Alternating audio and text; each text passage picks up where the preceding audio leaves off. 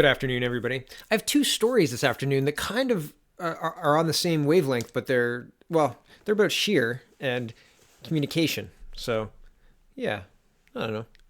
Go with me on it. Okay, so the first one is Maclean's is reporting on December 10th, for once, Canada didn't cave in to Huawei.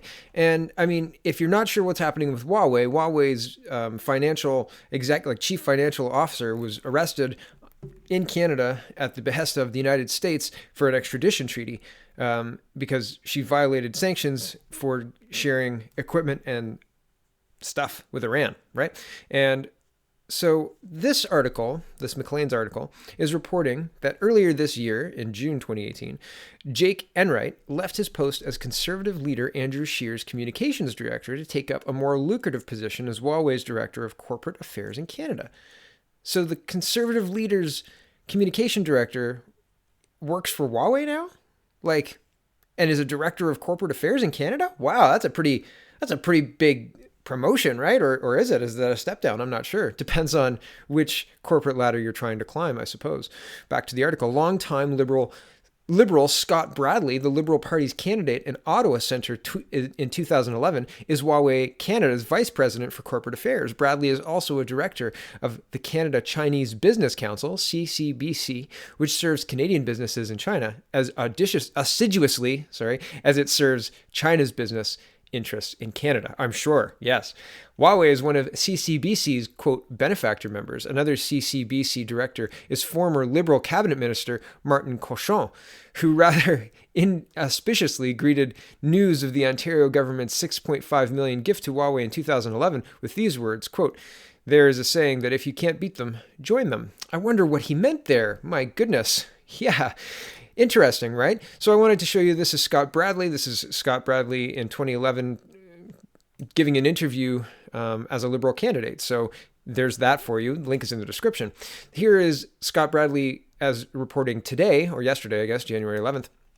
Senior Huawei Canada exec leaves firm. Quote, "A senior executive for the Canadian unit of Huawei Technology Co., who has served as the public face of the Chinese firm in this country since 2011, is parting ways with the Shenzhen-based company as it faces growing problems around the world." Scott Bradley, a well-connected corporate lobbyist who endeavored to portray Huawei as a beneficial contributor to Canada's economic development, quietly left the company earlier this week. Wow, I've heard the beneficial contributor to Canada's economic development line a few times coming directly out of Liberal mouths. Interesting. Back to the article.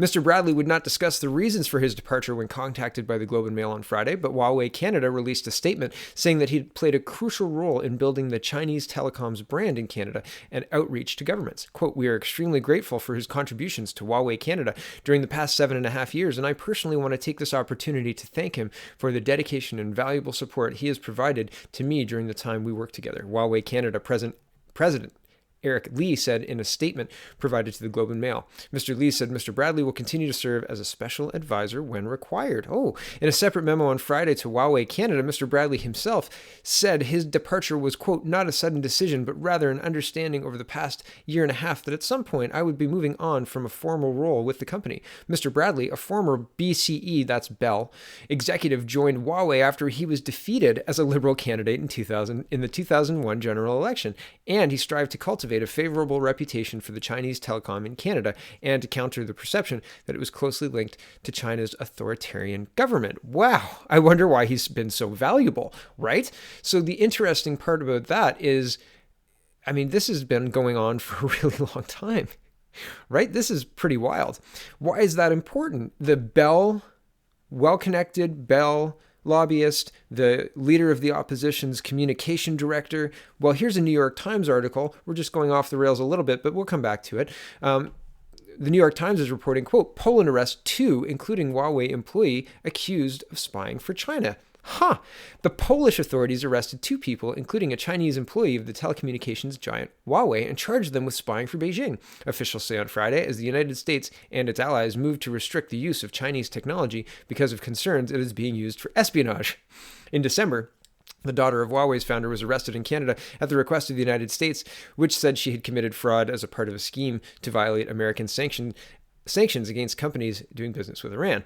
Right, so I want to highlight here, Andrew Scheer says that he would ban Huawei if he was prime minister, and he said this on Christmas Eve. This interview happened on Christmas Eve. I wonder if there's plausible deniability there. Actually, I think it was the 23rd. It was reported on the 25th. Yeah, so it was a December 23rd interview. And I watched this interview. I think I reported on this interview as well. But I'll give you the highlights. It says, quote, Huawei more recently has been making news in Canada and around the world after the company's global chief financial officer, Meng Wanzhou, was arrested in Vancouver on December 1st. She was later given bail, but still faces extradition to the U.S. Huawei has also been banned from supplying equipment by 3 members, Australia, New Zealand, and the U.S., of the Five Eyes Intelligence Sharing Alliance. The other members include Canada and the UK. And the other members, well, actually, I think the UK has started unwinding Huawei as well. The country's banned Huawei over cybersecurity fears. So, like, these are legitimate fears. People are being arrested. People are being, whole countries are banning this company because of direct ties to Chinese intelligence. And the leader of the opposition's director of communication moved into a director of corporate affairs position. Wild. In June 2018. Isn't that crazy? Isn't that a weird coincidence? And I wanted to show you the whole LinkedIn profile of Mr. Enwright here. So his name is Jake Enwright, and you can see like this is the same person. Jake Enwright left his position as conservative leader Andrew Scheer's communications director. So here, back to LinkedIn, right? Communications director of media relations. And he used that to jump into one of the hotbeds of Chinese intelligence. I mean, Chinese telecommunications. Whew. Slip of the tongue there. Here's his education. This is just scrolling down because LinkedIn requires a login and all sorts of stuff. So I just wanted to show you the highlights. Here's his education and all sorts of other stuff. And education, University of Ottawa, 2005 to 2010, right? So he is, and here's OC411. So this is when he was working there, how to get in touch with him and his whole team, right? Look at that. Link is in the description if you're interested. Here's his Twitter, parenting, lease, and telecommunications, former spokesperson for @James Moore, @Rona Ambrose, and @Andrew Scheer, right? This is the same person. So it's very interesting that countries around the world are unanimously saying Huawei is spying on us and we don't like that and please stop. And right around the same time, the leader of the opposition sends one of his main communication directors to work for Huawei. Weird, right?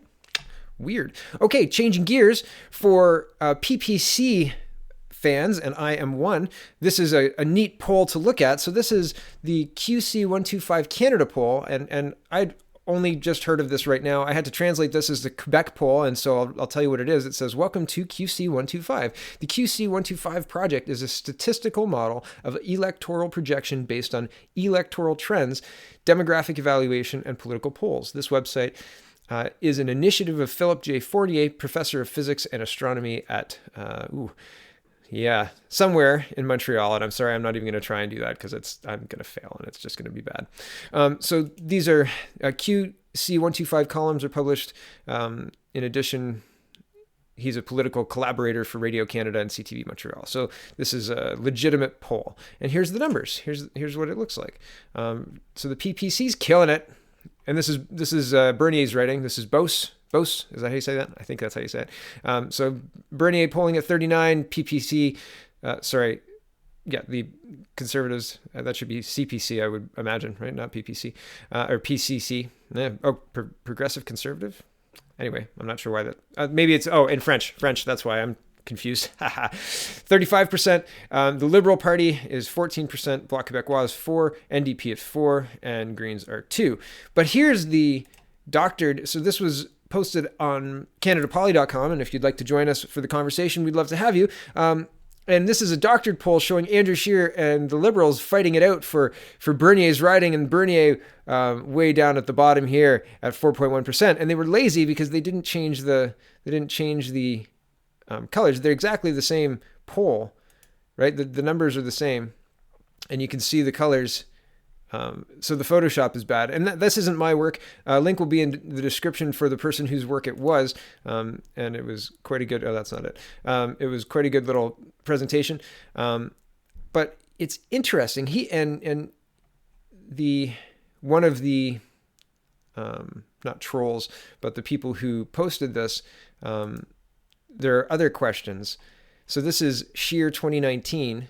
And so this is the communications part, right? So Scheer 2019 is posting very, very polished memes. And I'm just going to show you comparisons to what Andrew Scheer himself is posting. So this is a video. Okay, so this is Andrew Scheer's posting this video. It looks original. This is Scheer 2019's video, and it's original. And here's the Conservative Party of Canada's video. And that's posted directly by them. So these look eerily similar, and there's other similarities. Now I want to highlight some of his memes are very good. Some of them are very good. The budget will balance itself. Deficits until 2045. Actually, I think it's 2040, but whatever. Yeah, terrible. But it's an interesting hypothesis that maybe they're using their resources as a graphic designer and an anonymous account as a testing bed or something to that effect, testing out different memes. They're much edgier, but they're similar. They're similar in look to what's being published by CPCHQ and by Andrew Scheer. And that's interesting to note. It's interesting to note. So between doctored polls and communication managers who used to work for the conservative government and now work for Huawei, weird. What a weird election year we're in. Gone are the days where the dirty politics was slowing down. A clip of John Chrétien speaking. Yeah, man, it's a different era. It's a different era. So watch out. Fake news is rampant, and our country is being, I don't know, carved up. I'm not sure. Handed over. It's crazy out there. Well, thanks for watching. Have a wonderful day, and stay safe out there.